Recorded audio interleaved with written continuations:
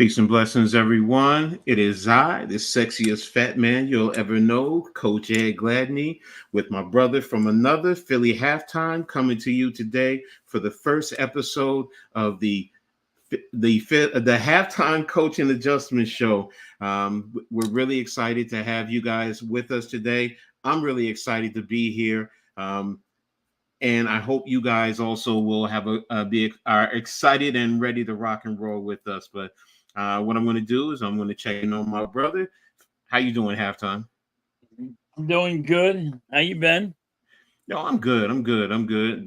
Sorry to everyone. Just some minor technical issues, but going to work it out as we go along. So, and again, I appreciate everyone for being here. So, make sure everyone, before we begin, if you haven't already done so, make sure you like this episode. Also, make sure you go to both of our channels, like, subscribe, hit the notification. Make sure you also share on all your social media platforms. We really appreciate it. So today I have a few subjects that I want to go over, but here we go. So what we're going to do is we're going to talk a little bit to start about the NFL and starting with the NFL draft. I mean, everyone's team is doing so many things. It's going on right now. We're going to tap in and see how each team is doing so far.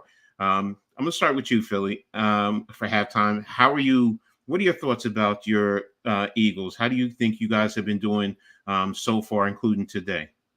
We got an A+ right now.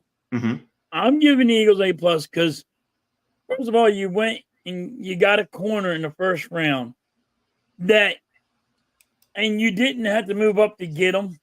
Mm-hmm. I think he was the best corner that was drafted. And then in the second round, we moved up and we got another corner.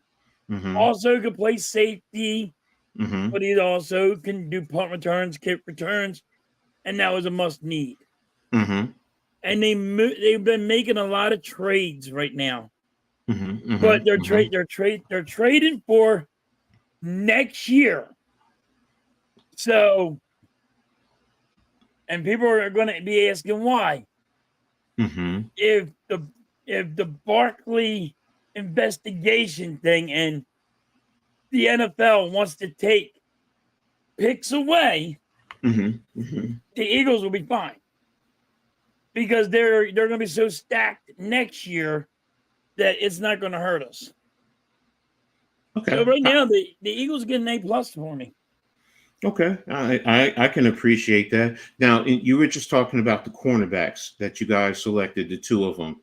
A couple of things with that. Number one, first of all, let me just tap into the chat real quick. Mitch, thanks for being here, brother, as always, man. You are, as I'll always say, you are the point guard for this whole shit, man. You get us going in the right directions. You really guide everyone. So thank you. I really appreciate you, man, always. So thank you, bro. And Russ the Hunter, what's up, man? Thanks a lot for being here. I really appreciate you.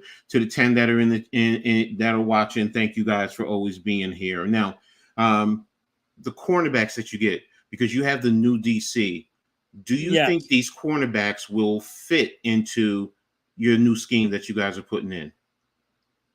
This is my problem. And you know it's my problem, Coach, because I've always been, I get crazy over it. This bend but don't break defense.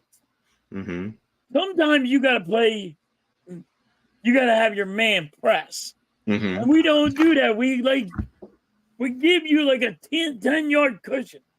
And I hate that. It bothers me. I don't know why you would do that because 10 yards is a first down.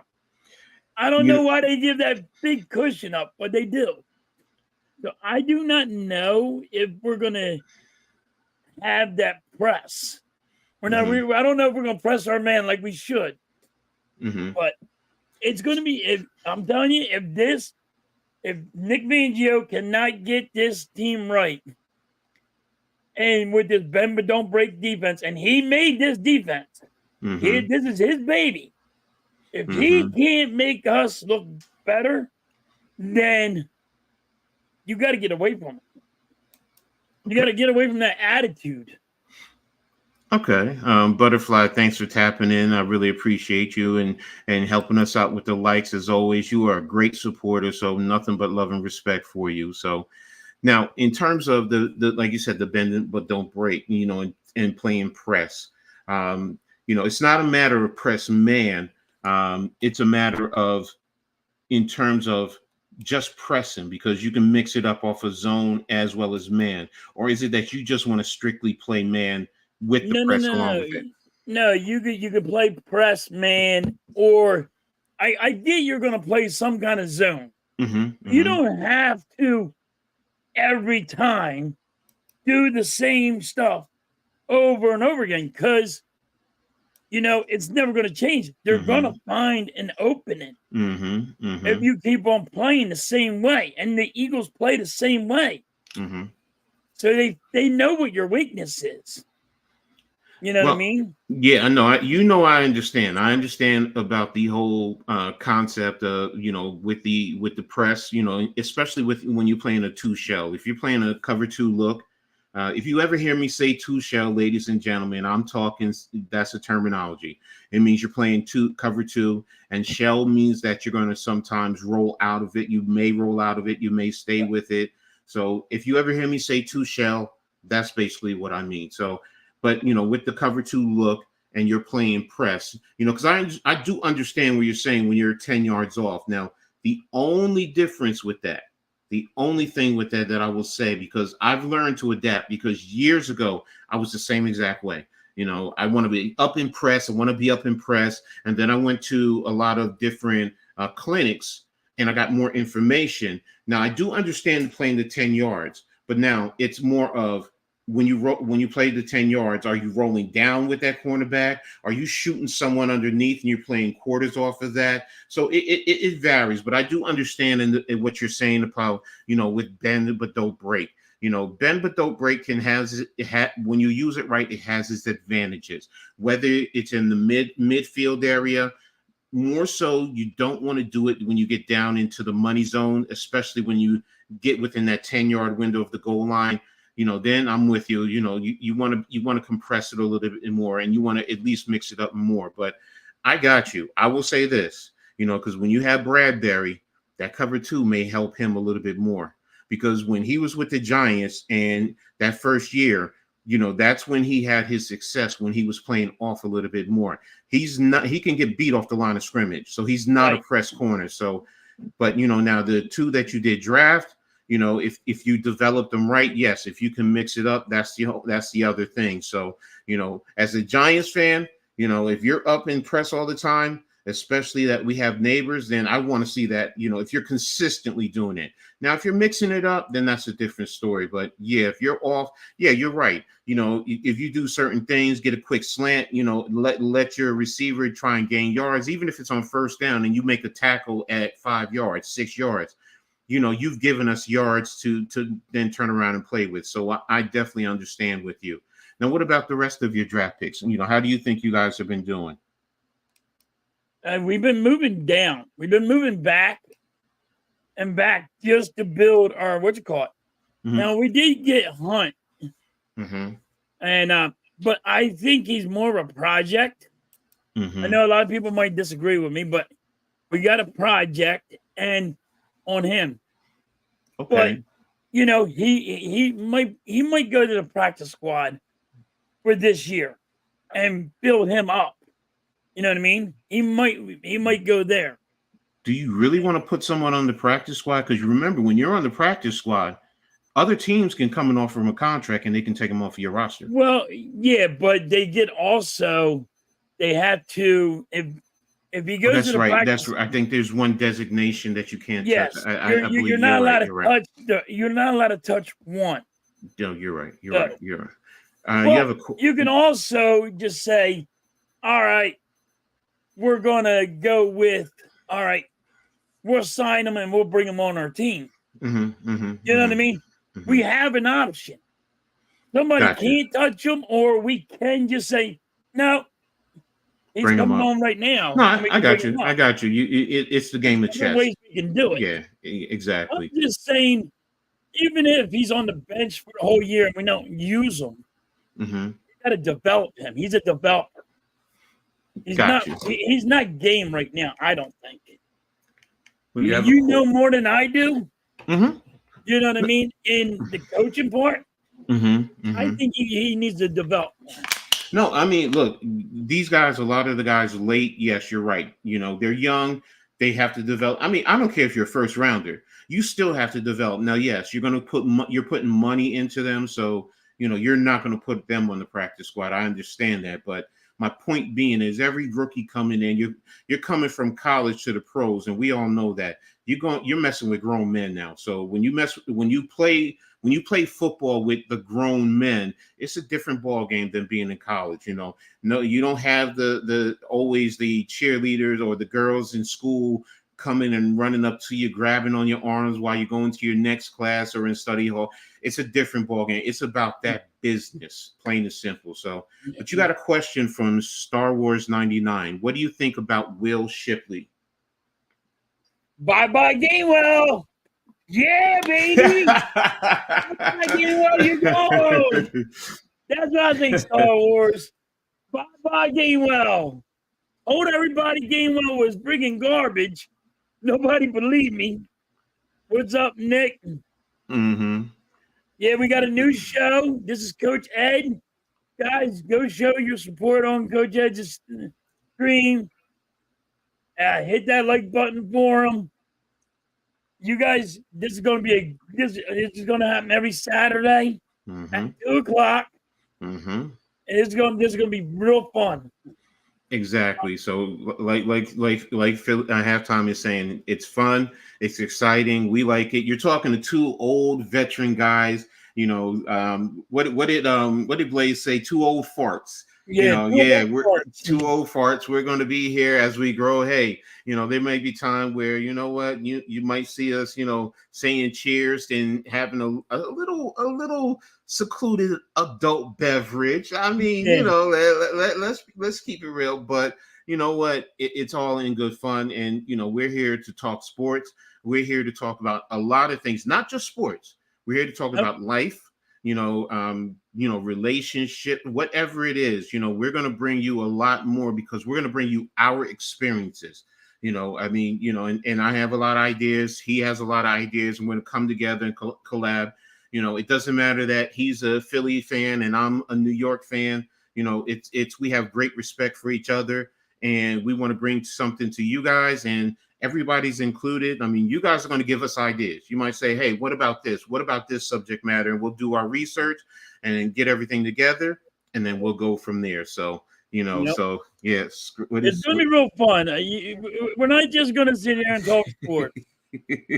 Yeah, you're right. That stinker linger. I'm with you. I'm with you. What did you say? It matters. New York sucks. Hey, all I can say is championships, baby. Championships. just for the record, this is my minor league semi-pro ring, and it's a dynasty ring with one of the teams I was with. So I do wear it a lot. So yeah, Mitch, we all do. I think about him a lot of times. I mean, you know, I used to love doing a lot of shows with Jeff, man. It didn't matter football, basketball. He was getting me into hockey, you know. So, Coach, you realize you're aside the GOAT of Philly sports, right? Hey, I wish I was. It's an honor and it's a privilege. He'll tell you, I'm the one that started this. I went to Mitch and I said, I want to do a show with him, man, because I really love his work. I love what he does. I love his energy. And being that we're both two older guys dealing with a lot of young guys, a lot of young content creators, you know, it's, you know, I can relate to him. So, and we have something that we're going to talk about, a little old school stuff for you guys today. So, with Coach here, it was like, I'm always like impressed with Coach because his knowledge, he knows his shit with sports.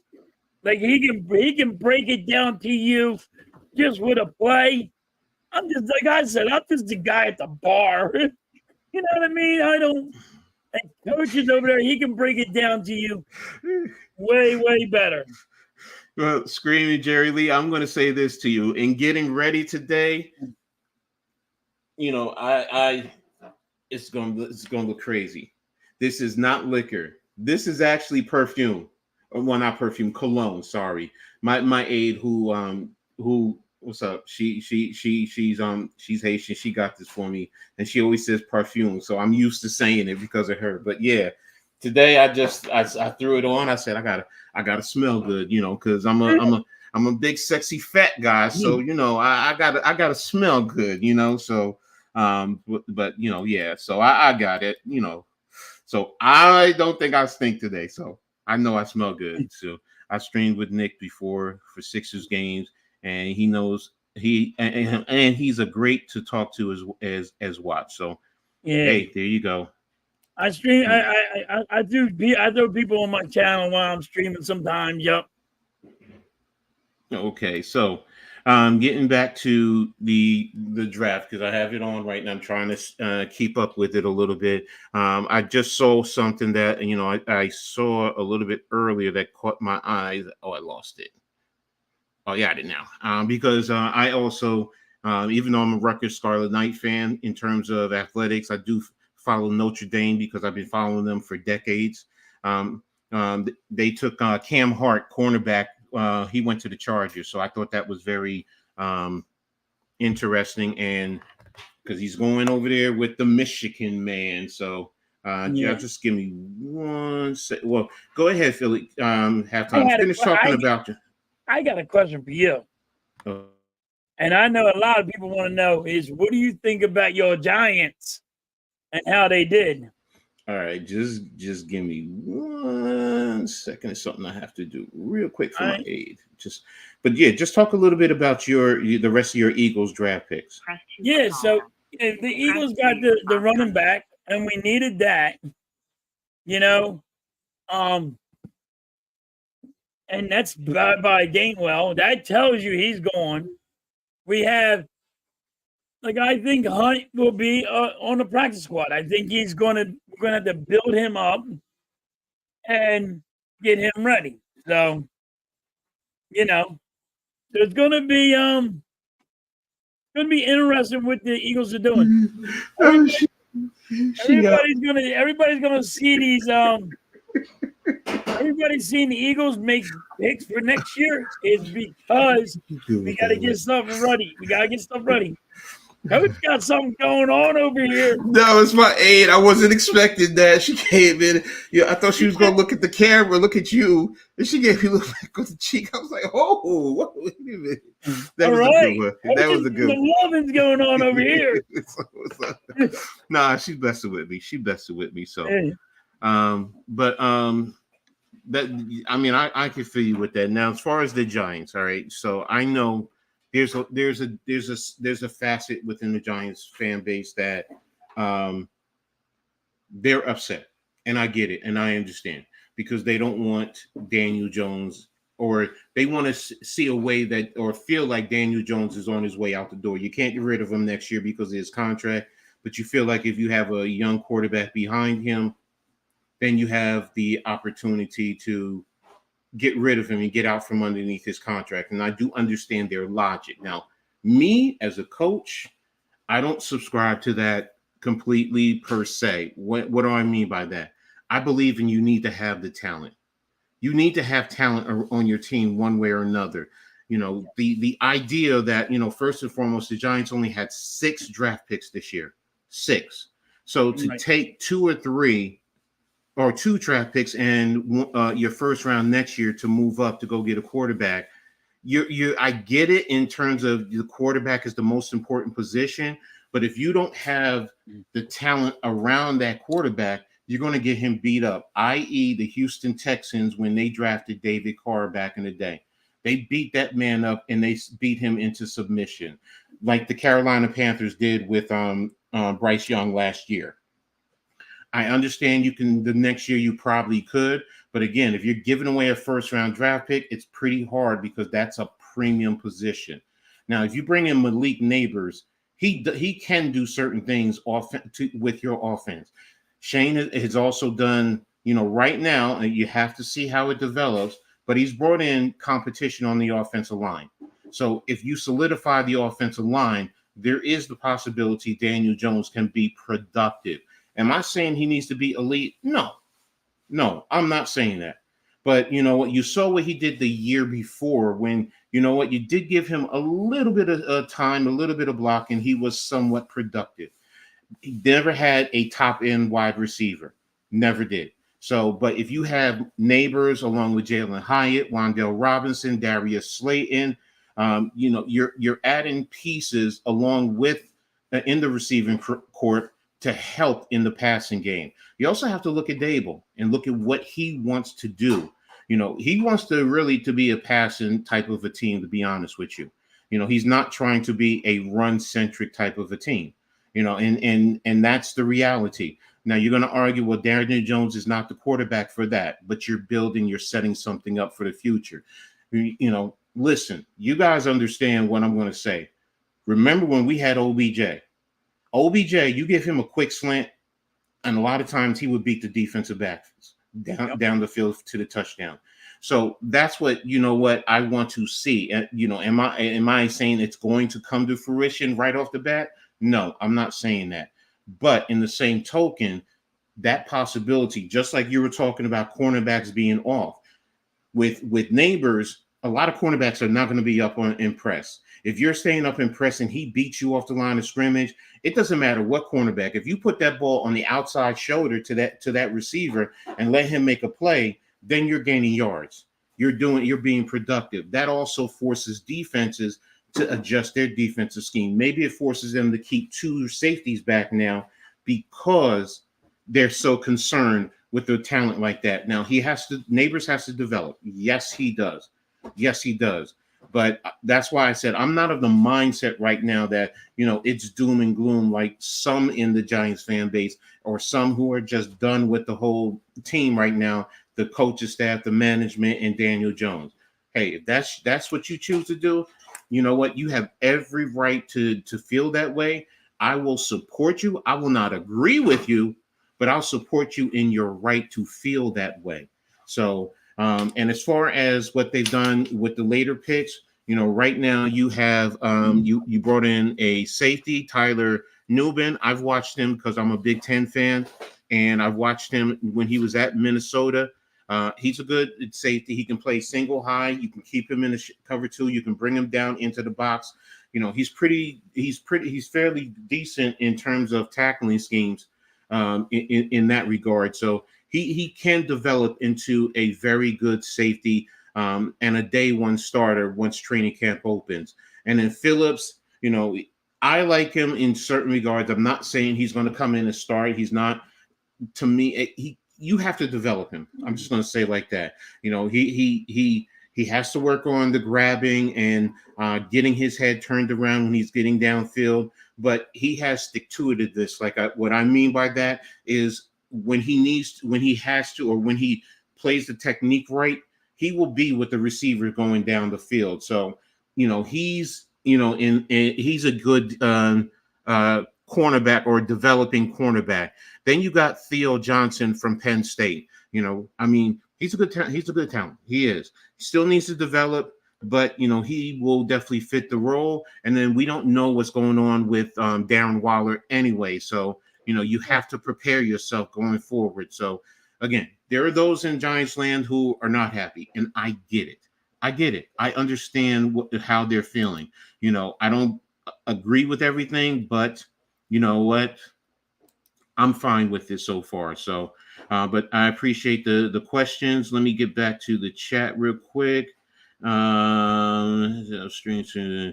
right, where's mine? My thing is for you is, is it the owners telling the coaches we're going to keep Daniel Jones because they don't know if they're going to keep the head coach and not let him pick because they might get rid of him? Or if you're relating it to Daniel Jones, and I understand that there's the thought that Mara just loves Daniel Jones. First and foremost, Mara is a businessman. Let's not be naive. He's a businessman. He's given them the control to do what they need to do. Does he need to be included in discussions? Of course. That man pays the checks. I mean, so you want to, everybody does. yeah. So you still have to answer to him. And in the end, if he says no, no, no, no, no, and I get that thought process, but no, they're not making decisions because Mara is saying no, you can't. Remember, his contract this year is guaranteed. So there's no way around it. I've heard, put bubble wrap on him and let him sit the bench. I don't think Mara wants to do that. You invest 40-something $million. Come on, bro. Come on. I mean, no, you're playing the man if you're paying him 40.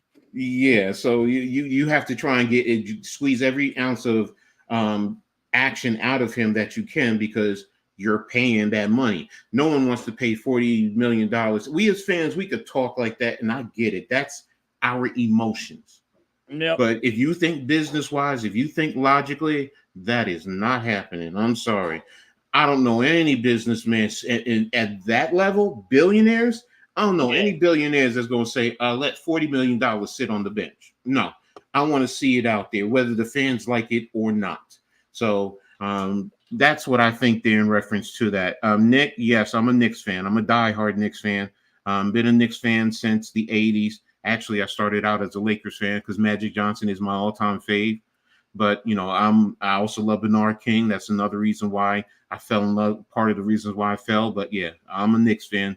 Been a Knicks fan. So, we're going to get into a little bit of that. Are damn good. It's been a great series so far. Yeah, we're going to get into all of that. So. Yeah, the refs helped them out, Nick. Say it the right way. I could say make the same argument too. With Joel Embiid, when you jump in. You guys been pulling on each other jerseys all night long. No. We're going to get into that because let's save that. Let's say that. Let's not jump the gun. Let's close out the football first. Okay. That's how you get them. You got to get them a little riled up. Yeah. So, what type of surprise moves in the NFL draft do you feel that there was? It doesn't matter who it is in your team. The biggest surprise move was the Atlanta Falcons going for a quarterback when they just paid somebody $180 million and $100 million guarantee, and you ain't got a quarterback. It doesn't make sense to me. Because, and if you watched, why is the GM have to explain to the owner why they just drafted a quarterback? I think this was the biggest shock of them all. Okay. I do understand that. I understand where you're going with that. I think it caught everyone. It did, but, in terms of thinking about, first of all, for those of you who don't know, Michael Penix has been my number one quarterback all year for the most part. I've done a top 10 going up into this, and Michael Penix was my number one quarterback. None of these quarterbacks are a finished process. None of them. I don't care if you love Caleb Williams, Jalen, Dan. It doesn't matter. They all need work, and that's natural coming into the NFL. But it's just something about that kid, watching him, and it's not even what he did at Washington. I watched him at IU. I mean, being a Rutgers Scarlet Knight, I've seen firsthand what this kid can do. So, I see the talent there. So, but I'm going to say I'm going to go a little bit different in terms of my surprise move. It's the first, 14, 15 picks were all offensive players. That's never been done before. That also shows you the influx from college, the offensive talent that's coming over. Now, part of that is because of the super seniors. For those of you who don't know what I mean, because of COVID, there are a lot of guys who got an extra year, which is why you have, Penix actually playing 6 years. You have guys who have been in college for 6 years because they gained that extra year because of COVID. And next year, I think, will be the last year that you receive the residuals from that. But right now in the draft, you're seeing a lot of super seniors and a lot of super talent coming in, and it's pushing other talent down. And to start, it pushed the defensive players down. I mean, look at the start of the second round. We had all the offensive players. Start of the second round, you had a lot of cornerbacks going.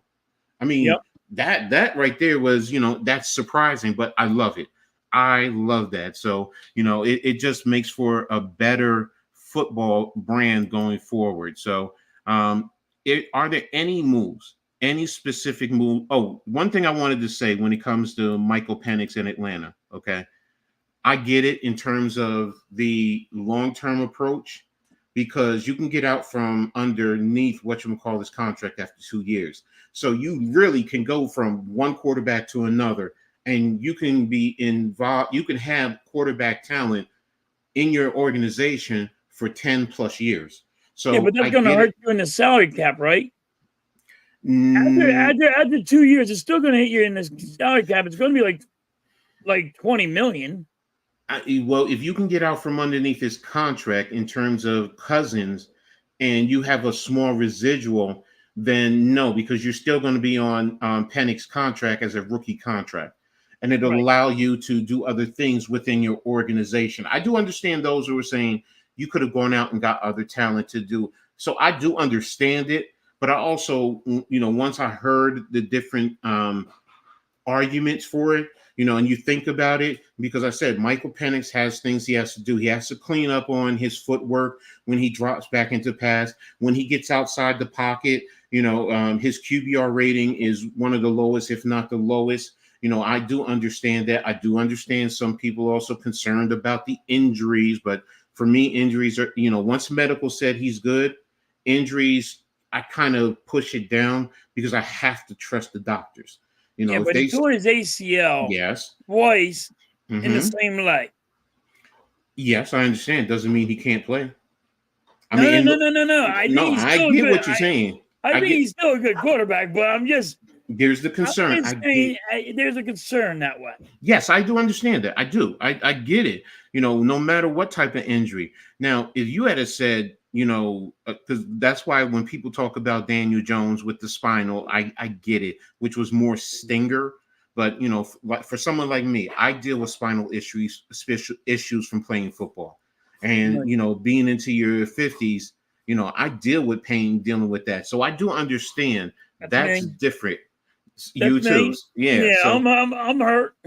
yeah, so I do understand things of that nature, but when I look at Atlanta and I look at it in that regard, you're set if everything goes right, and that's any player. But if it goes right, you have to really look at this in that respect that, what? If Kirk Cousins comes in, even if he's a mentor for him and preparing him, going forward, because Cousins is what, 36 years old? Come on, Yeah. man. How much longer you got with this man? But Michael Penix, he's 24. By the time Cousins leave, he'll be 26, going into his prime. And quarterbacks now are playing damn near into their 40s. So, it can develop. It really can develop. So I'm not saying I like Penix. I'm not saying I'm in love with it, but I do like and I see what Atlanta is doing. And shout out to Raheem Morris, Jersey's own. I mean, I got to show my boy love from Irvington, New Jersey, not too far from me. So, but again, that's for another one. Now, I was asking you about moves you like. Give me a one move you like and one move you don't like in the NFL draft so far. One move like I liked Doesn't what it? I liked what the Cardinals did, Mm-hmm. and they picked up Marvin Harrison Jr. I like that Mm-hmm. one. Mm-hmm. It was yeah, everybody was gonna love that one. Mm-hmm. One that didn't make sense to me was the Dallas Cowboys in the first round. They moved back, Mm-hmm. but then they went with a guard, Mm-hmm. and I thought you could have got him in a third round, Mm. but I thought I thought he needed more work. Okay. So I mean that's just me, but I mean that's the only Mm-hmm. one I liked and one I didn't like, and I'm not even going to talk to the Eagles about that one because Mm-hmm. I said the Eagles got an A+ on this. So Mm-hmm. Mm-hmm. Okay. I'm just going different, and that's the ones I really didn't like. I didn't like. I didn't like that one. Well, I'm going to say also with the Cardinals too that, and it's going to be both. No, well, no, it's going to be a catch-22. One I didn't like, though, to be honest with you, is actually the Broncos. All right, I didn't like the Broncos taking Bo Nix. I mean, personally, I think Bo Okay. Nix is a second-round draft pick. He still Okay. has a lot of things that he has to work on. Now, yes, maybe because he's going to be with Sean Payton, he can develop him. But I've watched him from Auburn to Oregon, and there's some things that, like I said, all of them need work, but he's the one I think needs the most work in my eyes out of the top six.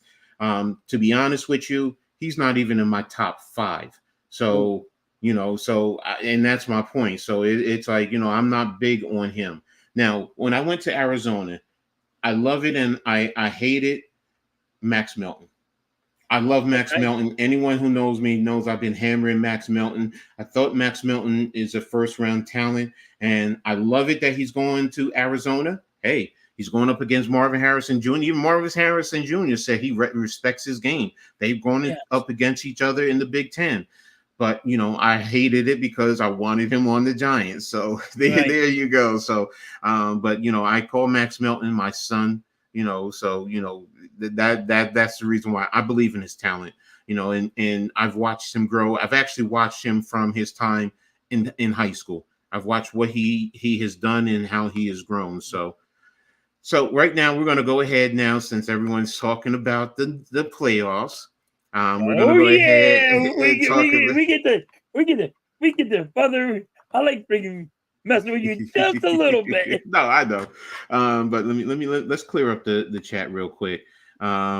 Streaming Daniel Jones, ugh. Butterfly says hi. Thank you, Butterfly. We appreciate you. Did you hit the like button? Yes, everyone, please make sure you hit the like button. We really appreciate it. Gets it into the algorithm. You can help this channel grow. Bro, Yeah, guys, go be doing check another. out Coach's channel. You guys are gonna love him. Dude's awesome.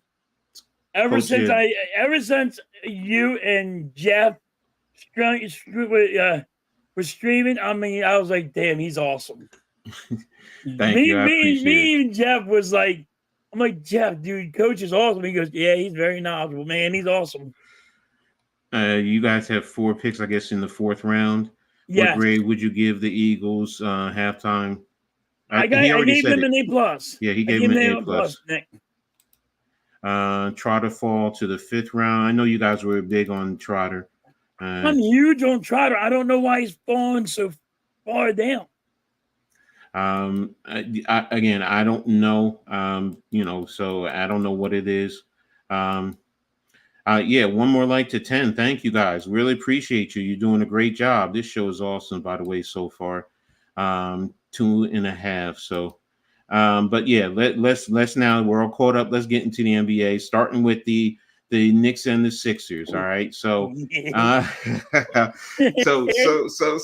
so now you were talking about the controversies. All right. Yes, I will say, Maxey got held and he got bumped in the closing 2 minutes. But as I was told a few people in the game, because everyone's talking about the closing, but what about early in the game? I mean, there was a point in time when it was in the first half.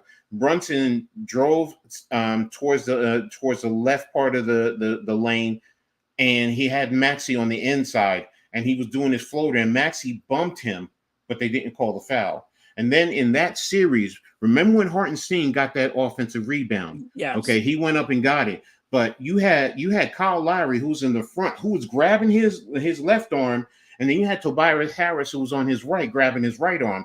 They didn't call it. They let him play to close out the game. I get it. I get where you guys were going in terms of that. You have every right. The NBA justified it. You have every right to be upset. As a Knicks fan, I remember Houston. When they called the bogus foul on Brunson, and the NBA said, yeah, it wasn't a foul. I mean, that's the game. But, what I'll also say is y'all had the ball to close out, and shout out to Mitch Kofsky. He even said, when Kyle Lowry grabbed the ball, he should have called the timeout first, number one. Number two, you're always trained in terms of basketball, never give it into the corners. Well, Never. the Sixers did try to call a timeout. MB was trying to call a timeout. I saw MB in the what you coach call it. was trying to call a timeout. But these refs, and I'm not blaming.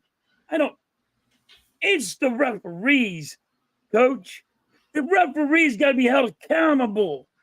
It don't matter in what game, they got to be held more accountable. And that's the thing. I look, you'll never get me to disagree in terms of accountability. The leagues, all these leagues, the NFL, NBA, Major League Baseball, they don't want to publicly criticize the referees. Because I'm going to tell you this: I have officiated football games.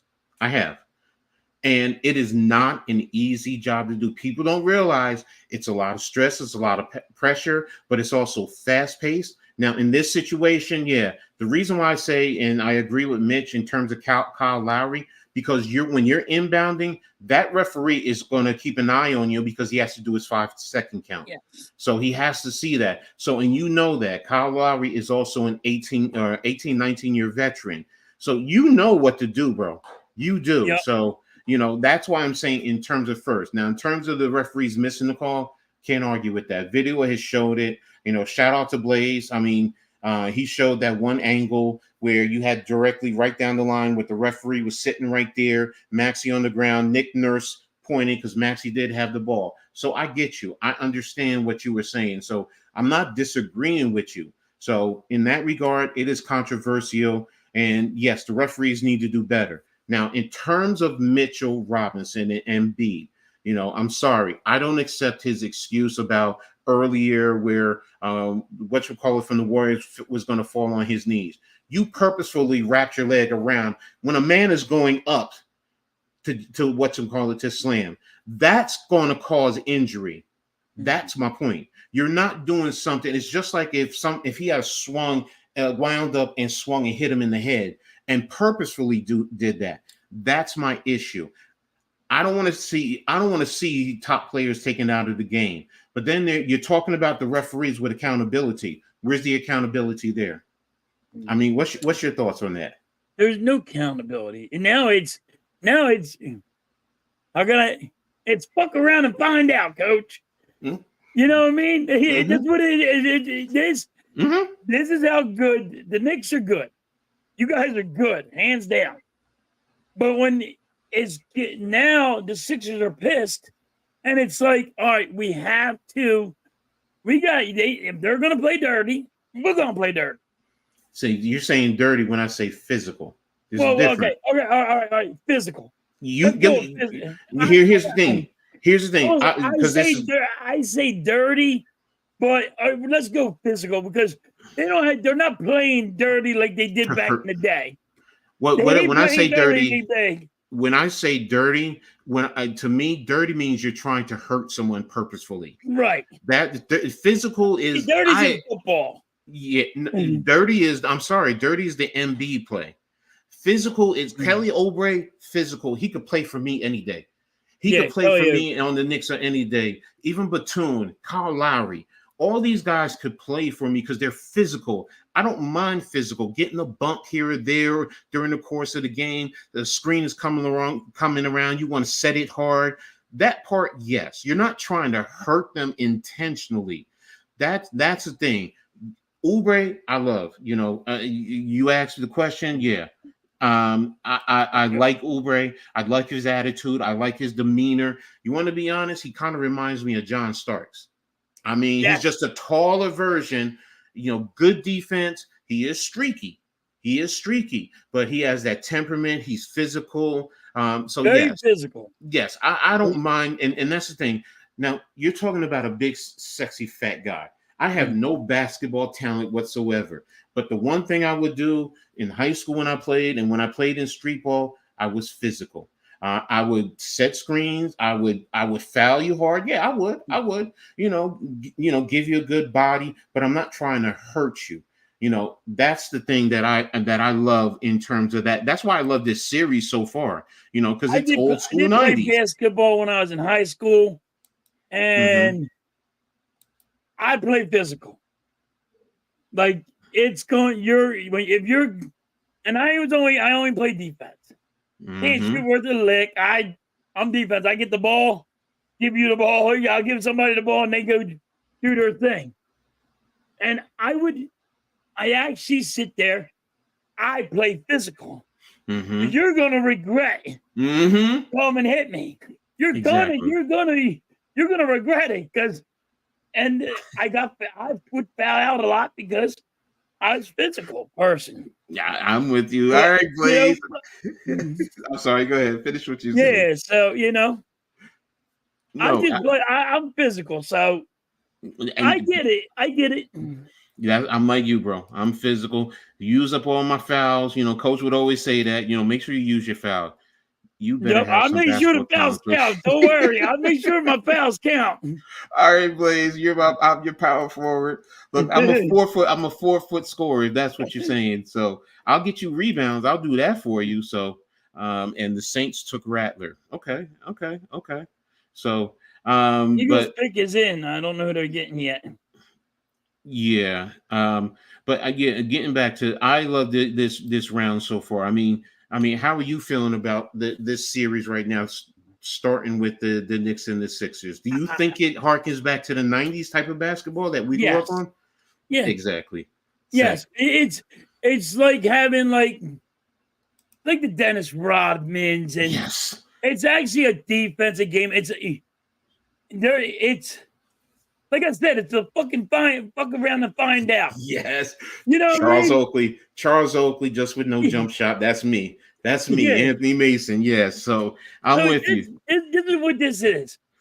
Whoever wins this one, I mean, this is the blood, shed, and tears on this game.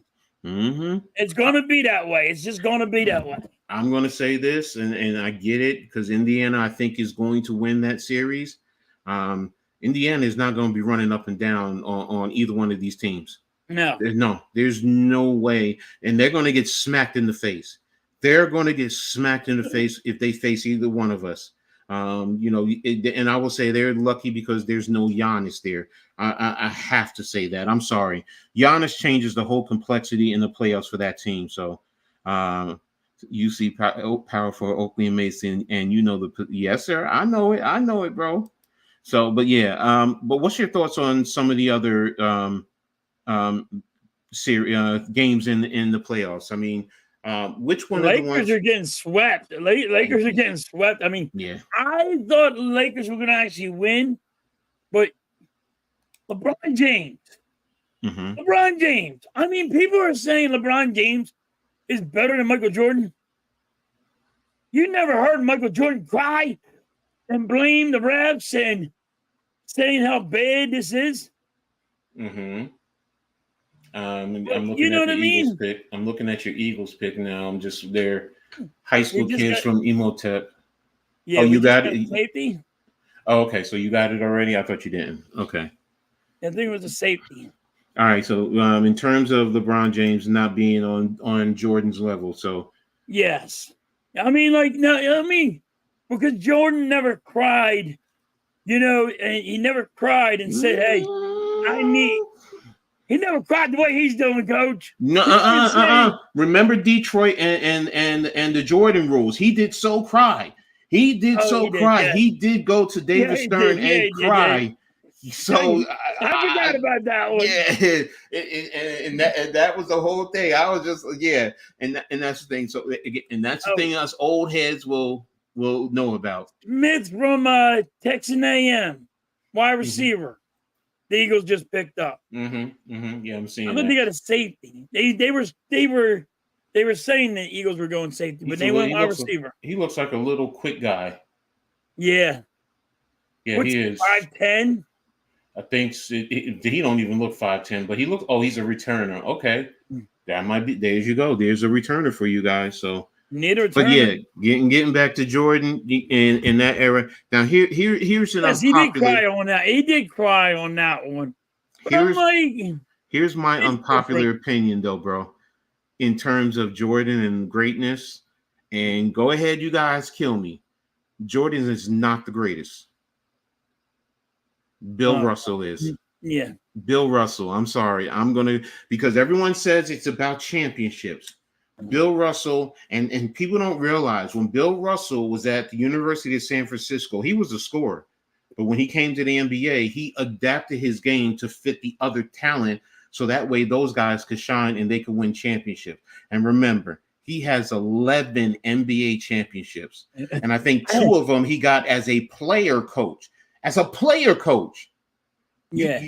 Now, I understand different era, but we can make the same argument about Jordan and LeBron. But look, this era, that's, I'm always going to say it's soft. So, I'm partial to the 90s. No. I'm with you. I've been saying this game is soft. So, what happened to the defense in basketball? You know what I mean? Mm-hmm. There's no more defense. It's like I talk to Mitch and I'll talk to Blaze and I talk to all these guys. And I'm like, where is the defense in basketball? And they're like, well, they don't do it no more. I'm like, look at Dennis Rodman. Mm-hmm. You know what I mean? Mm-hmm. You don't have that guy no more. Nope. Look at the Pistons back in the day. They had a good defense. Mm-hmm. I'm like, where's the defense? Why are they just... I could park an 18-wheeler in between some of these guys that are shooting threes. How come that guy ain't up in his face? Mm-hmm. You're 6'1". Okay, he's 6'3". Put your hand up in the air. But Blaze, I'm going to say this because Bill Russell, to me, is a great player. He played in a different era, yes. The center was prominent during that time. Yes, Jordan helped to change the game to a certain extent, but I can make the argument so did Magic Johnson, because when you got a 6'9" point guard and a guy who could play multiple positions at that point in time, he's also a great player and a great talent. He just didn't have all the scoring, and he also had a lot of talent around him. Jordan, I will say, the one thing about Jordan's team, and not to diminish the Bulls because they are great champions, they didn't have a lot of the talent like the Celtics, like the Lakers during that time. You had legitimate 4 to 5 great starters, where the Bulls, everything was funneled through Michael Jordan. And that's why, and I still believe to this day, Bill Russell, if he wanted to, he could have competed with Wilt Chamberlain in terms of scoring. He could have scored 100 points in a game. Yeah, I know. Wilt did it against my Knicks. Okay, go ahead. I gave my own self a dig. So, but that's me. That's me. That's how I see it. They say Eagles traded up again. Yeah, Eagles pick is in right now. So, wait a minute. That means the Eagles just got their wide receiver that's a punt return, kick return. Kobe's gone, baby. No more fair catching. No more waving his arms all day long. Tobias Harris is the best player on the 76ers, man. Wait. Let me see if I can do Blaze. Let me see if I can do what Blaze does. Wait a minute. Wait. Let's see. Oh no, they took it out. I'm sorry. They took out they took out the Tobias Harris. They took Tobias Harris out? Yeah, so I forgot about that. So, but yeah. I'm the best player in the game. No, I get what you're saying in terms of Jordan. And again, but it's also, heck, so did Oscar Robertson, because back in the day, Oscar Robertson was a master at the hand check, because when he would hand check you, he would actually squeeze you, and it would mess with you psychologically, and they put in rules because of him. So every era they changed the game, the rules of the game. So Jordan, I'm not taking anything away from him. I just feel like because everyone talks about championships, when you have like Tom Brady in football, he has all these champions, so he's the greatest. And I always say he's not the greatest to me. He's not. I'm going to go Joe Montana, because Joe Montana has championships and he's never lost. And Brady, for all his greatness, no disrespect to my squad, he lost to my team twice in the Super Bowl. One of them, you're 8 undefeated and you lost. And you had the greatest prolific offense supposedly at the time, and you only scored 14 points at that time. So, and they had the greatest, and they had a great wide. And they had a Hall of Fame wide receiver. Moss, exactly. Randy fucking Moss. and you can only muster up 14 points. So that's why Yes, uh, they finally got him. My well, bad, Trotter Jr. Baby. Yes, they finally got him. Yes. Oh, hold on a second. Go ahead. Go enjoy it. My Enjoy it. bad. My bad.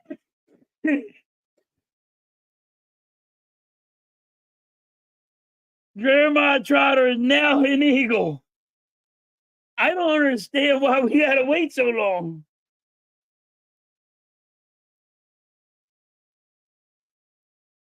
All right, everybody knew you were getting Trotter.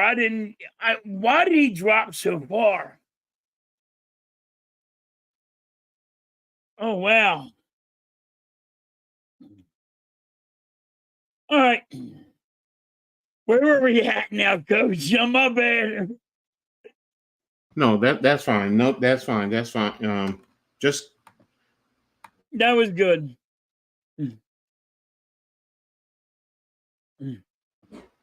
Yeah, it was a all good right. one. But yeah.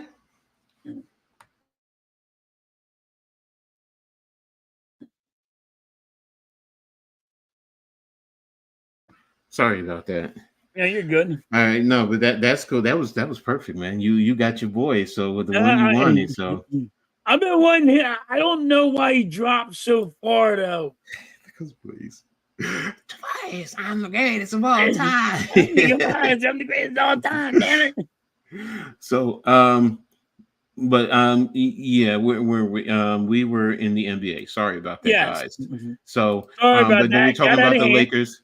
Hey, but that's what you're gonna get with two old farts like us. So you know me. Can't do too much around here. But yeah, okay. So you talked about the Lakers, they're gonna get swept. What's your thoughts about Denver out west? Do you think they're gonna win the West, or is it gonna come down to Minnesota? Because there's something about Minnesota that's I don't know. I think it's going to be a tough one. Mm-hmm. I really do. Mm-hmm. But I think they're just gonna. I think they're gonna beat Minnesota. So Okay. but listen. When I say they're gonna beat them, I think it's gonna go to 7 games. Mm-hmm. Mm-hmm. I think it's gonna be a close one. It's gonna be a tough one. It's gonna be a tough battle. These two are gonna be a tough battle. Ooh, here's a little update. Orlando is up 98-73 on Cleveland. That's interesting. Nice. Okay, so, but yeah, no, I agree with you in terms of Denver. I mean, you got to respect the champions right now. I mean, they're the champions for a reason, and Jokic, man, he's a beast, dude. Come on. He's a beast. He can drop 50, he can drop 70. But you know what the thing with Jokic, which I appreciate more than anything, is when he was drafted, he was a second rounder. He was out of shape. And he worked hard to get to where he is. It didn't diminish his skill set. It improved his skill set. So, and that's the thing. So that's why, I relate to his, to the talent that he has and in who he's becoming as a player. So now in the East, what's your thoughts about Miami and Boston? Like, what's going on with Boston? Mm-hmm. Why does Miami own them? And they're doing it without Jimmy Butler. Listen, without Jimmy Butler, mm-hmm. you gotta really look at this. Without Jimmy Butler, how is the Heat just they're taking a toll? I'm like, when you say Jimmy Butler's not going to be there, you're going to say, hey, the Heat lost, and he's not. They're going to beat Boston. Like, I will give Mitch this. Mitch said Boston's going to be a team that is going to be easy to beat. No, I agree with you because when you get to the playoffs, actually the level of physicality steps up, and you can start to question their physicality because they're not physical, and that's the thing with Miami. Miami is a physical team, and it's showing. And then you talk about the coaching, the coaching adjustments. I mean, their head coach, there's a lot of questions with him. So. I mean, and I'm with you in terms of that. So let me get to the chat. Nick, I already talked about Oubre. Cameron Payne, Mitch said it. He needed to play, and he does change the dynamics of your team. But it does take Kyle Lowry out because Kyle Lowry does bring a toughness. Yeah. So, now if Cameron Payne is not hitting his shots, then you're going to throw him back on the bench. So Right. that's where Lowry comes into play. So, what did Blaze say? Oh, no, I got that. And Mitch, my great is Kareem Abdul-Jabbar. I can't argue with that, bro. You can't Mitch go. Goat Yeah. is mellow goated. Trend A+.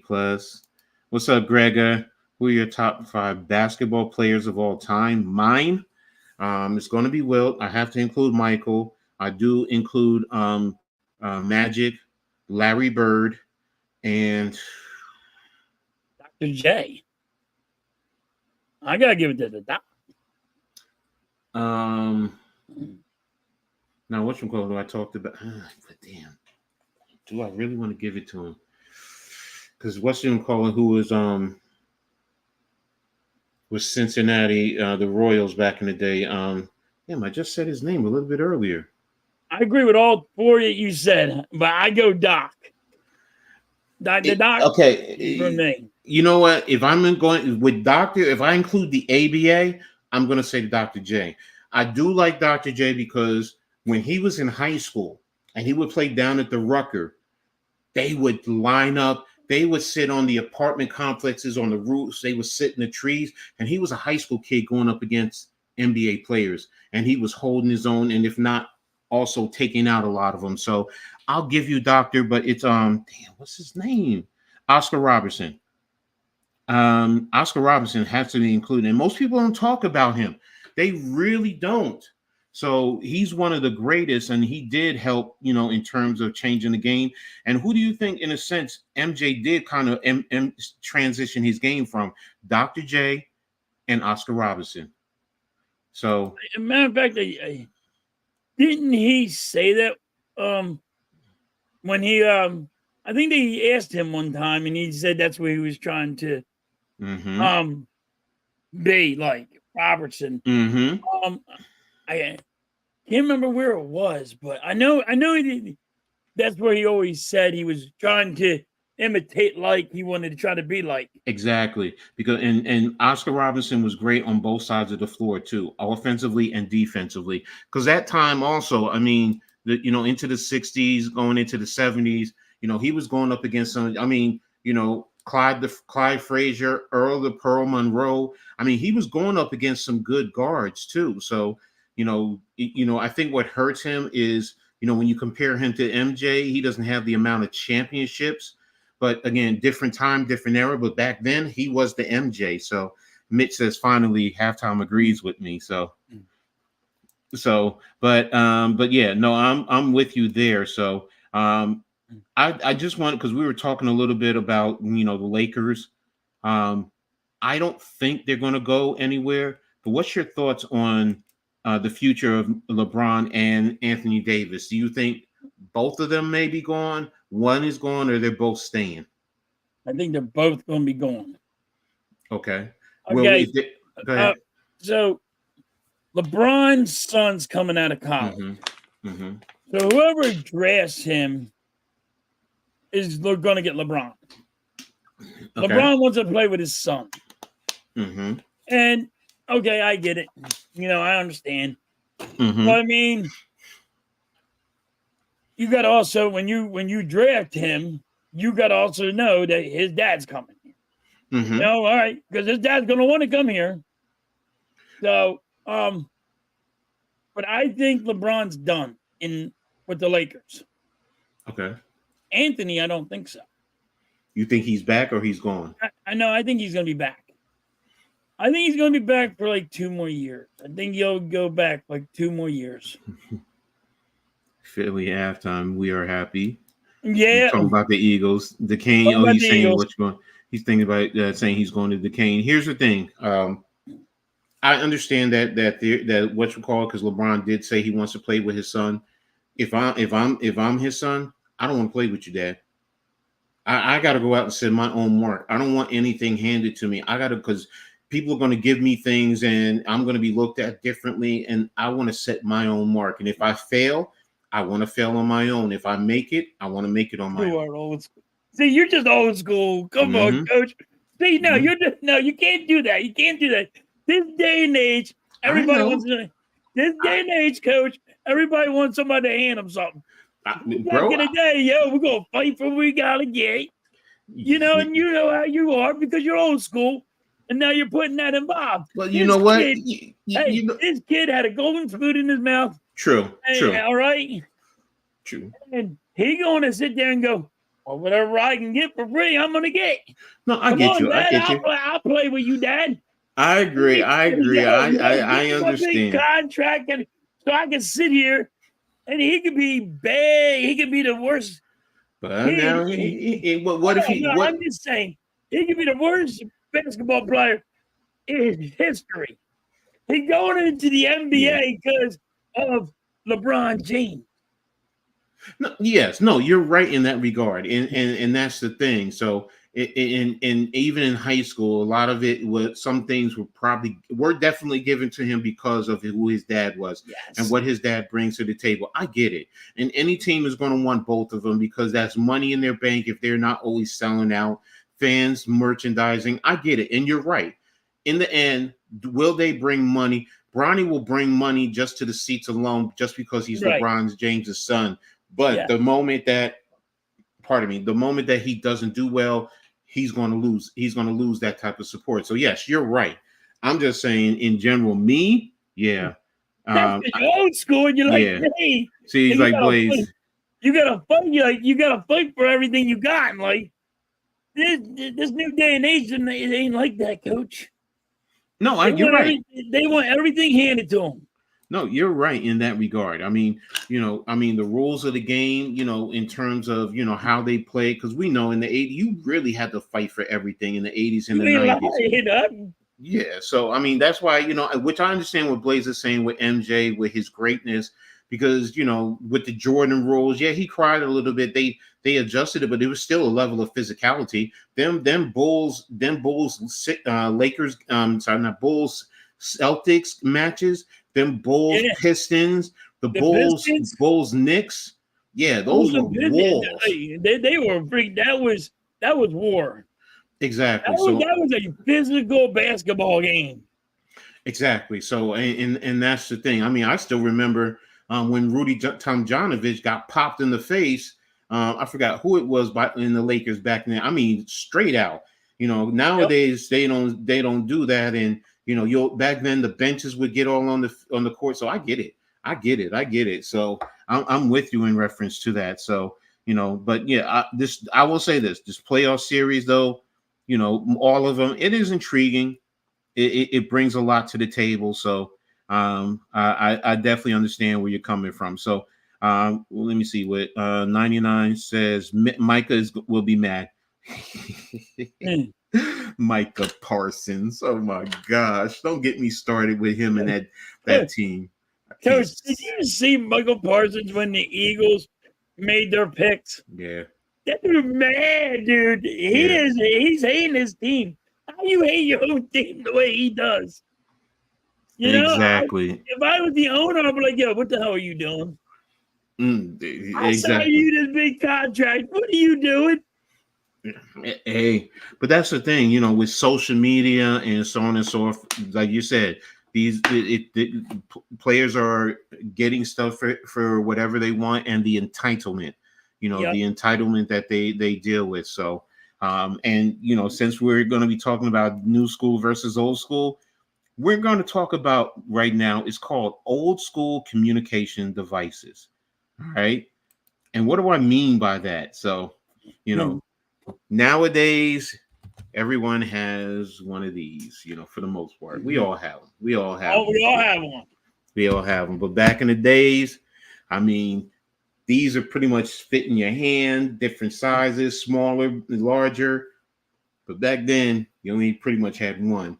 A real big one, thick. If you ever watched Saved by the Bell with Zach Morris, that was it. And on top of that, it had the antenna that you could screw in and screw out. Yes. So and that's the thing. It was just like, Blaze has one. Blaze has one. he has Every one. time I go live with him, he keeps on showing me this damn thing. Exactly. Oh my god, I can't stop. I'm like, yep, that was it. And see, I have a fairly big hand. So, and it fit right in my hand. And it was just like having, well, they don't have them nowadays, corded phones, but it fit ear to ear and it covered the everything. So we talk about that. Beepers. A lot of you don't know about that.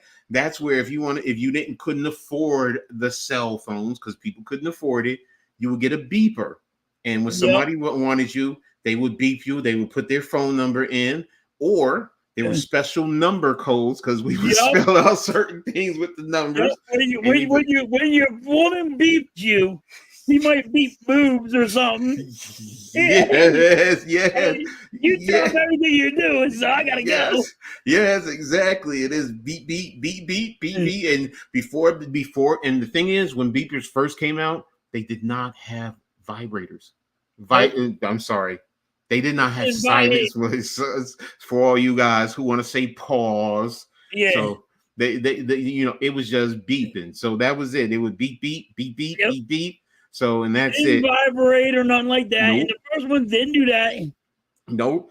So, and it was, see, I knew Blaze was going to go there. I knew Blaze was going to go there. Knew it. You said, yeah, Blaze. Vibrate photos. Rotary phone nailed to the wall. Yeah, with a cord. Yep. You're right, Blaze. But yeah, they would beep, and then you would put certain codes. Like nowadays, if you did laugh out loud, they didn't do it back then, but I knew what it was. If you typed in 707 and turned the beeper upside down, it would say laugh out loud. Yeah, that's a laugh out loud. So 707's laugh out loud. Yep. So, or if it was important, you would beep your phone number and then beep again and type in 505. If you turned it all upside down, it would be SOS. So or they would do 911. Like get a hold of me, pound. They would do pound 911. Yes, exactly. So, and then if you had certain ladies, you would give them certain codes and tell them, so you knew who it was first of all. And then, if they wanted, a little romantic interlude, you would say, some of them you say, put in 1, or you would say, put in 55. 55 is 2 bodies in an S together. So, I mean, so exactly, Blaze, side pieces.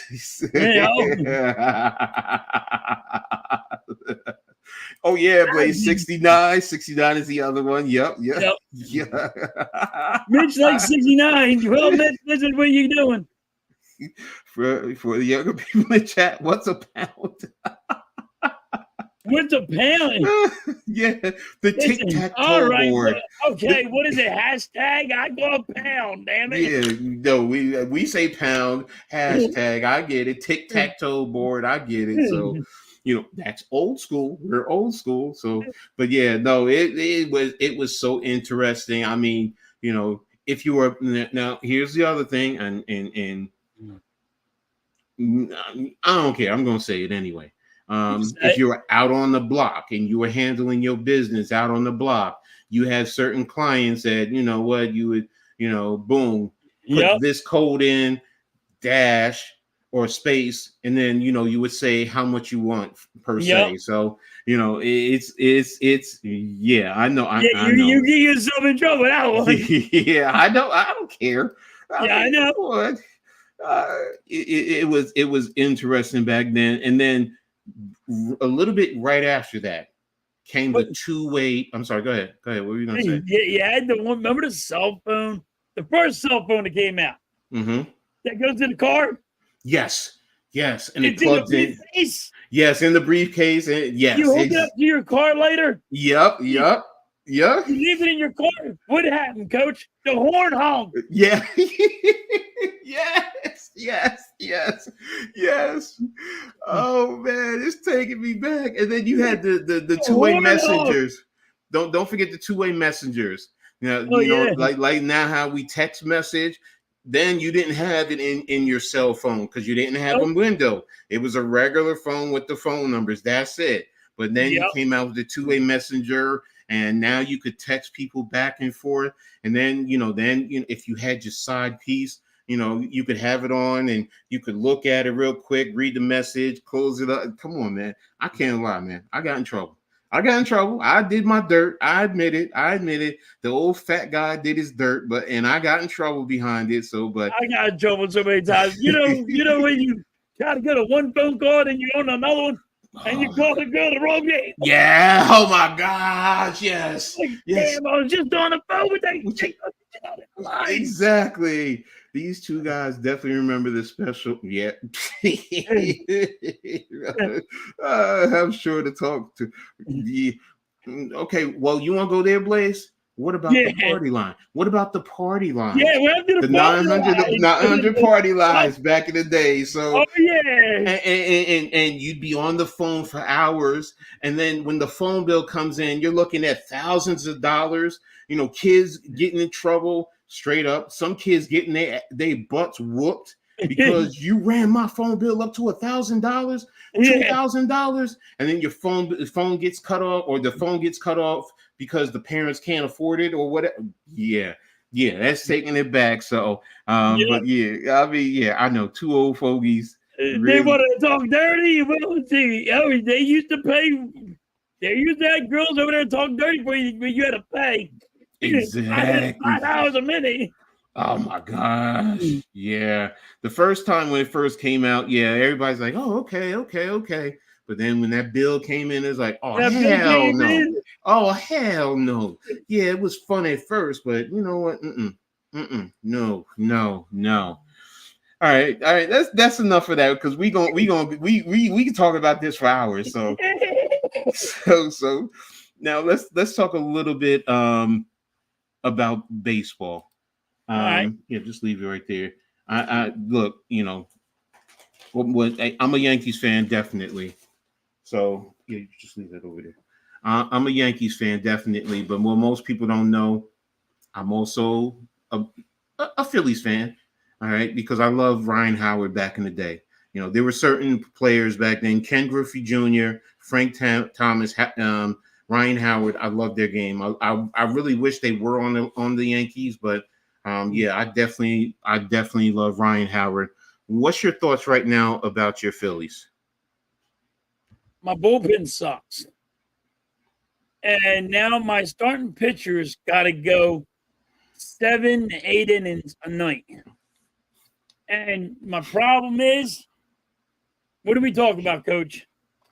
It is that freaking analytics bullshit that tells them to pull a pitcher that's having a no-hitter, and you pull him in the sixth inning, and you don't let him play when he's pitching really good. I don't care if he's at 88 pitches. He has a no-hitter going on. First of all, a pitcher that has a no-hitter going on, they get a bonus. They get more money. You're going to tell me it's okay to pull this pitcher that has a no-hitter on? The only way you're pulling me is if you're giving me that check. Or not, go sit the hell down, Coach, because guess what? I'm getting my no-hitter going on. Exactly. But these analytics in baseball has to stop. It's hurting baseball. I think it just hurts it so much that's one of the issues of how baseball's being managed by the managers.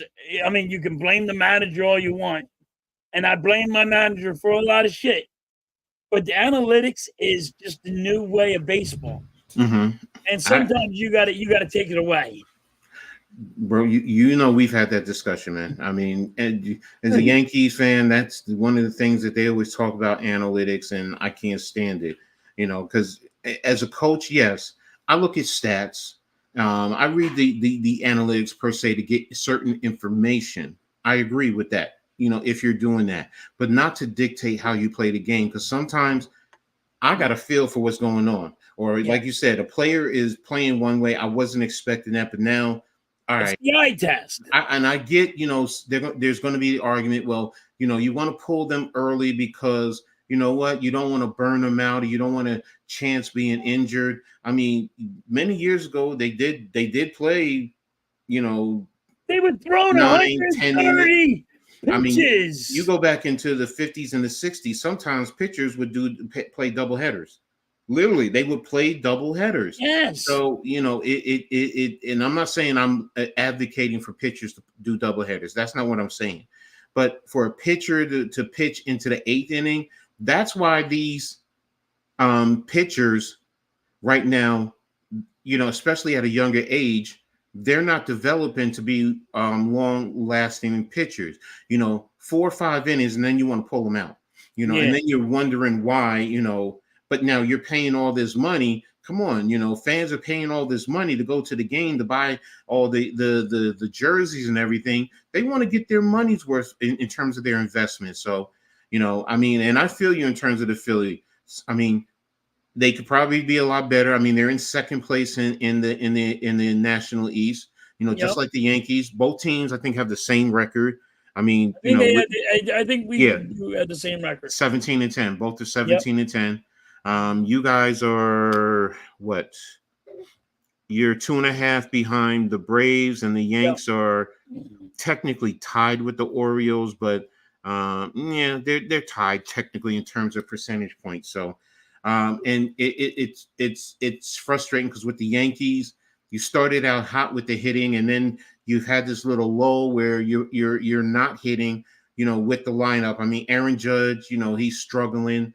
Giancarlo Stanton, probably one of the worst contracts that they could have ever traded for, is doing, and I think it could possibly, even though he's doing well in terms of Soto, it could probably mess him up long term. And if you want to sign this man, you want to protect him and let him be productive, and he sees that, I want to stay here. Otherwise, you're gonna have to pay this man $500 million, $600 million. And I get it in terms of business perspective, but and bottom line, as a Yankees fan, I'm looking for number 28. I don't care about anything else, but I want number 28, championship number 28. And yes, I'm arrogant about it. Okay, but I want championship number 28. That's what I want. So, Coach, I have a World Series baseball. Oh wow! For 2000 and what? 2001 when the Yankees went to World Series. Is that 2001? Against Arizona, I think it was against the Diamondbacks. I have a World Series baseball. Okay. Ready for this? Still in its box. Still in its box. It wasn't a ball played in the game. Okay, no, it wasn't a ball played in the game. It was. You know how they make so many balls? Yes, no, I understand. They pull out so many balls, but they also have so many balls in the back that are in the boxes. I have one that's still in the box. You see, I have it's a Yankees memorabilia because it has the Yankees logo on it. The old school Yankees with the red and white logo, not the NY. And I actually, because technically it's my second game, because I went to a Yankees game the first time in '96, and it got rained out, so we got free tickets to the next day, and we were able to get right down behind the first base bench behind the Yankees. So, and Luis Polonia and Bernie Williams were there, and we were like, can we get an autograph? They're like, all right, come on. So we tossed in the ball, and they gave me an autograph. So I was just like, but yeah, that's something I will never ever give away. Magic win, so they tied the series there. So that's a special one. So you got a question? Come on, open up. Halftime. What do you think about what the Eagles have done so far in this draft? It's an A+ in my book.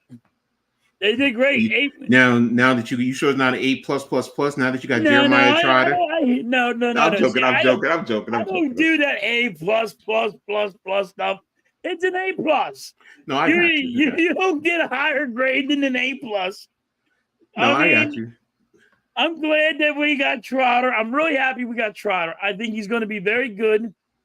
I don't know why he fell so far, but Mm-hmm. he did good. We did good. We went and got needs. Okay, that's good. That's good. So, right now, in terms of, well, before I do that, I'll Hold on, touch a Coach. little bit I on. did have a question for you. Go ahead, bro. Ask me. I seen this on the Yankees. You Mhm. guys had, I think it was your manager that got kicked out of a game Oh, yes. Thank you. because a fan Yes. ran his mouth, and a dumb umpire turned his back and thought he said it Mm-hmm. without no proof, kicked him out of the game. That was your manager, I believe. Yes. Yes. It was the first inning. It was in the first inning. You had the first batter go to first base, Yes. and Aaron Boone, he said something to the umpires, and then the home plate umpire basically, said something and told him that you say anything else, you're out of the game. And Aaron Boone, he went like this, and he turned around, and he wasn't even looking at him. And Yep. and the Yes Network gave a good angle from the third baseline, and it showed Aaron Boone and the fan right behind him, and the Yep. fan said something, and that umpire turned around and said, "You're out of here." But what compounded it, when Aaron Boone said, "I didn't say anything," the umpire said, "I don't care. You're responsible for everybody in your dugout. Somebody said it over there, so you're responsible. I'm throwing you out." And Michael Kay, he even said it. He said, "That's not a rule in baseball." And when we're talking about accountability for the That's officials, why I brought it up. and yeah, I don't care if you have a tough union for the umpires. Even the union has to acknowledge, look, you have to do better, whatever the case may be, and simply make them apologize, because that's the Coach, your thing. pick is in. You got a center. Monk. Okay. I mean, yeah, you need a backup center. I mean, maybe he can play the guards Guard. position too. So if he gives you I mean, that's the one thing about the Giants. They have They like versatility with some of their players. So he's probably going to tell me he can play the interior of the offensive line and create competition. So, and shout out to Big Pat and NYG. They were talking about getting an offensive lineman, an interior offensive lineman in this draft. So there you go. So pick 163. Oh So wait, that's no, I'm sorry. That guy he went to Green Bay. Your that's pick Green is Bay. that's Green Bay. Yeah. Sorry. No, you got me too, because I saw him and I No, see the Giants. because I seen him and it said the pick was in. I thought they were talking about him. Yeah, My and you bad. see the logo. I see it now because I didn't look at the logo. I I saw the didn't same look at the thing. logo. I just seen the pick was in. I thought they were talking about him. My bad. Yeah. No, you're good. You're good. You're good. But in terms of Aaron Boone, I mean, yeah, that's tough, and for no apology, even from Major League Baseball. You don't want the umpire, at least, acknowledge, we apologize. It shouldn't happen. We need to do better. So I agree with you. So who's Jalen Simpson going to? Going to use. I don't. I just want to I make don't know. sure. I don't know. It's been No, fucked I up. understand. These guys are talking about something that happened. No, I got the volume off too, so I really don't know. So I I know had the this. volume off, so I'm not listening. This is a safe. That's kid. It's a safety. I just don't know who is going to. So, but real quick to everyone in the chat, we really appreciate you. We hope you guys have hit the like button. I hope you have subscribed to both of our channels. Make sure you hit the notification so you know when we post new content. It looks like he went to the Colts. Oh, he went to the Colts. And also make sure you're always sharing all our social media platforms. Yeah, I got you, brother. That's what I'm looking for too. But thank you. Everybody, go to Coach Ed. Sub to him. Show that love, man. Give him that like button. And here it is. Giants selection is. Now they're taking a little bit too long. Come on. Oh, commercial now. You don't get to find out. It figures. But here's what I want to do. Talk to everyone out about. So first of all, you guys have been phenomenal. Rocking with us, enjoying engaging with us. I want to know if you guys have any subject ideas for the futures. In other words, is there anything that you guys want us to talk about? I mean, you're part of this whole thing also. It's not just strictly about us. It definitely isn't. The Steelers have met with former player Cam Sutton. All right. Thanks a lot, Mrs. Halftime. I really appreciate you doing that. Everybody go to his, there's his coach's link. Hit that, go and hit his like button. Show him some support. I'm telling you, he's going to be awesome. Tyrone Tracy, running back from Purdue. It's just Purdue, but I don't remember. I have my coach's film. I'm going to go break him down. Oh, he went. It says Purdue, but it looks like he transferred from Marshall. So, it is what it is. But again, you guys, no matter what, you let me know let us know what you guys want to talk about. And we'll put it on the agenda and make sure that we do our research if we have to, and we'll talk about it. So I mean, I have some more ideas, in terms of family life, so on and so forth. As well as other things. It's not just about old school technology. It's a lot of things. So, whatever and that's you want what to talk about, we can just talk about it. I wish it was big as the NFL draft. I feel you, even though I don't like comparing eras, but maybe an old school versus new school segment where you carefully compare and discuss things that have changed without saying one's better. That's fair. That's fair. Okay, Blaze. I don't know if I could do that one, Blaze. No, I get what he's saying. In other words, what we can do is we can compare the two and highlight positives and negatives from the both eras. Yes, we're going to be partial to old school with certain things. I'm stuck in the old school way. No, I understand. I'm old school with certain things, but I'm also progressive to a certain extent. I mean, here's the thing. All right. We're old school, but we're trying to catch up with technology, and exactly. So, and these young people are like, I don't know how you were doing it, but this way you're using this old ass phone. I don't know how to dial a number. Exactly. So, but again, I mean, I get what Blaze is saying. I do like that idea in terms of comparative aspects.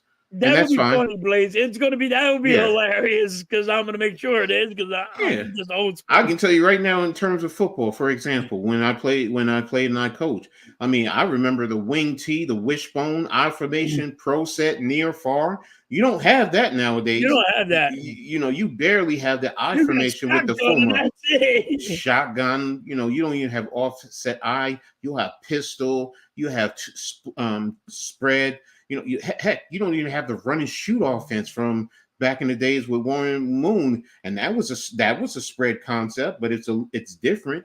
So again, I get it, I understand. So you bring it back. You bring back man. That dude was phenomenal. Yes, we ain't your grandpa type grandpas. We are hip, happening, and all that.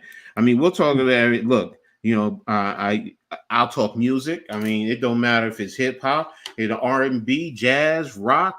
I mean, most people don't realize when I was in college, I was a Valley boy. I loved Metallica, man. I mean, oh really? Yeah, like I listen to rap. I listen to I was listening to rock and roll. I listen to country. I was like, I'm all over the place. So I'm getting into country a little bit more. Shout out, I have to admit, shout out to The Voice. The Voice has opened me up to country. Growing up, I mean, my mother loved country too. So country and Elvis. And I just grew up with it so much, I learned to hate it. So, my wife is a big Elvis fan. Yeah, that's my mother. And my aunt actually met Elvis. Oh, wow. And my aunt, you know how he always had the scarves? And in the concert, he always would whip it out. Yep. One of those women. He was one of those women. Like, okay. Here's the little love tag for you, honey. I was like, okay. I think my aunt really know what that meant, but Maybe she Mm-hmm. did. She did, bro. No. She did. She just not gonna tell it to you because you know how we do. She didn't say it to me though. I was like, Yes, all right. you're not gonna say it to your kids because you don't want it to. So, I got the love scarf. Yeah, what was you doing for that love scarf? whip it out. Pause. Mm. Yeah, and back then that's what Oh, this those. ball stuff gotta stop. Yeah, you're like me. You're like me. I hate it. Between him and G Nation. That's all I hear. Pause. That's all I'm I like, hear is balls, yo, balls, I'm old balls. school. I'm a football coach, an old school football coach. I'll say stuff like "get your head out of your hind part." I'm going to say it nicely. So Here's one for you, Coach. So I've been streaming late because of the game, because of the draft pick, right? mm-hmm, I had to go to work on Friday. mm-hmm, Man, dude, I get up early in the morning. I go to the store. I got to get me something to drink. I got to get stuff for my lunch. mm-hmm. And I get in my car, getting ready to leave. A guy pulls out. Now he's behind me. He's getting ready. He just hit in reverse. Getting ready to move on. He stops. My man started eating a sandwich, his breakfast sandwich. Behind me. He's pointing like I am back in the parking spot. He just stopped there. He started eating the breakfast sandwich. Me, I got out and said, yo, move. He rolled down the window. He goes, sorry, I'm just trying to get a bite to eat. I'm like, get out of my way. I'm going to put my foot up your ass. Yeah, like, really. What the hell is this? Like, I'm talking about, I'm like, what the hell? What's going on here? Like, come on. First and foremost, what about common courtesy? I mean, you know what? You're blocking someone, you move over. Heck, pull over into a parking slot, pull over somewhere where you're not blocking traffic. Go ahead. He was in the parking lot. How come you didn't eat the parking lot? Yeah, Why exactly. did I pull behind me and friggin' block you from getting out? Yeah, blocking me from getting out, huh? Bro, it is way too early in the morning to fuck with me because I'm gonna get out and put my foot up your ass. I ain't got time. Exactly, man. That's the thing, man. I can't deal with that. So, man, I'm with you. So, all right, we're about ready to get out of here in a little bit. So, what you got going on for this upcoming week? What's your plans? Streams, whatever. I'm streaming the Phillies game tonight at 8:30, and then tomorrow, I know I'm streaming the Sixers game, and then I got one with Junior sometime. I got to try to figure out how I'm gonna move that. My son gets his video game in on the weekend. I got to get him his video game for the weekend. Okay. That's what's up. I done this all for him. So, and he loves his weekend, man. He loves his one game. That's all about him. So, exactly. And it's funny, Coach. You gotta watch him sometimes, dude. He stops playing the video game and just wants to read the chat. Wow. Okay. When he reads the chat, he'll read everybody's name to the fullest. It ain't Blaze. It's Blaze Radio. Said this step by step. But he is so particular of how he says it. He is funny. He's hilarious. That's good, man. And first and foremost, that means he loves to read. That's the first thing. He's not lazy with it. He's very good at reading, and he's just focused on the chat. He's like, I know I gotta take care. I know I gotta take care of the chat.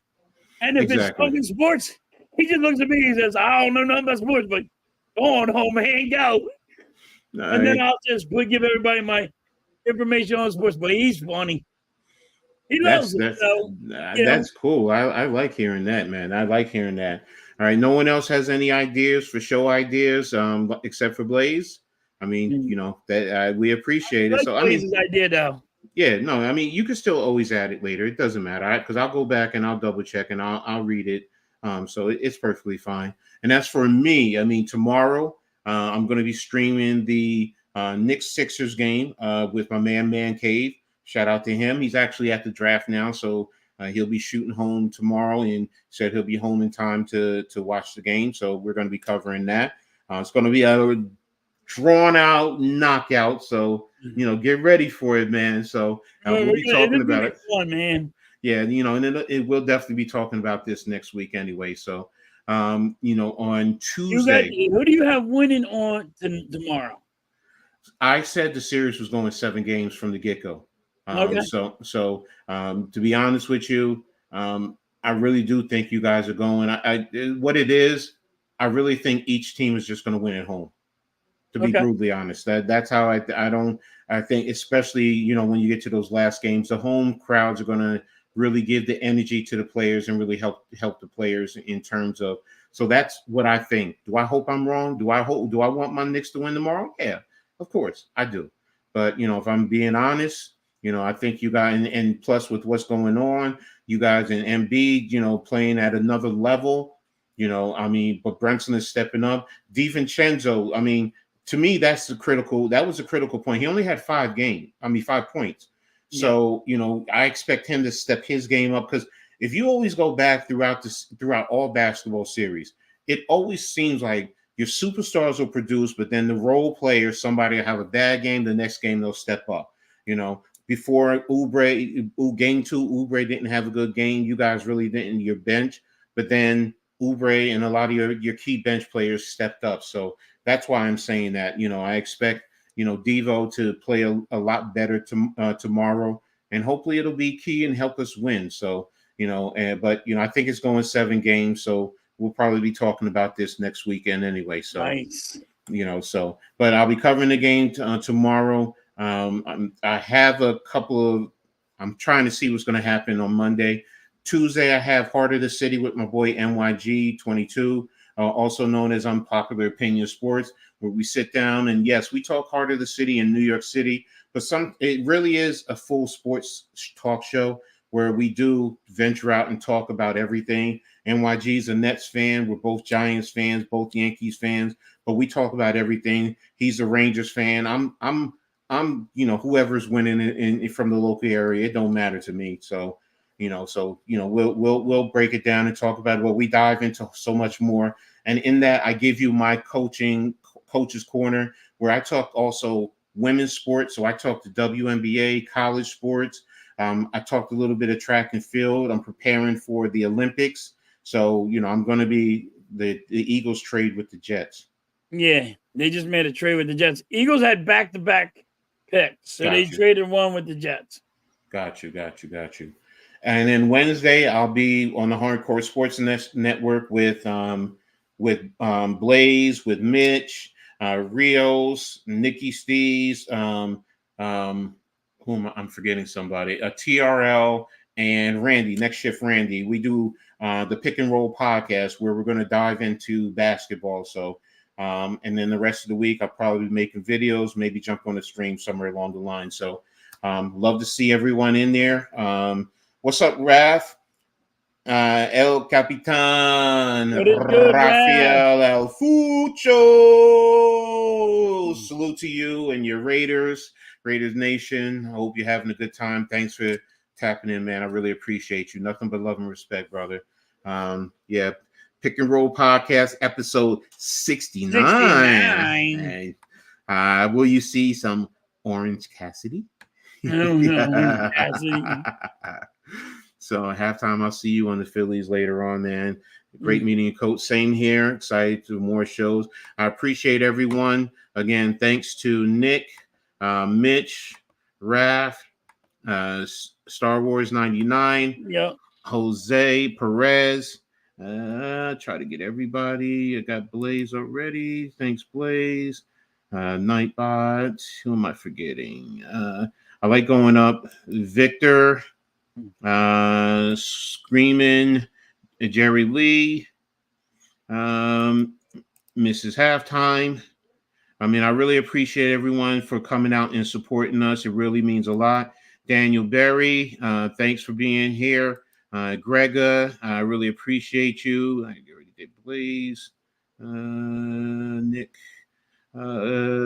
forgetting anyone. Still gonna keep going. You guys have been phenomenal, man. I mean, even right now, it's 31. It's 31 in the chat. in the chat. So thank you. I really appreciate it.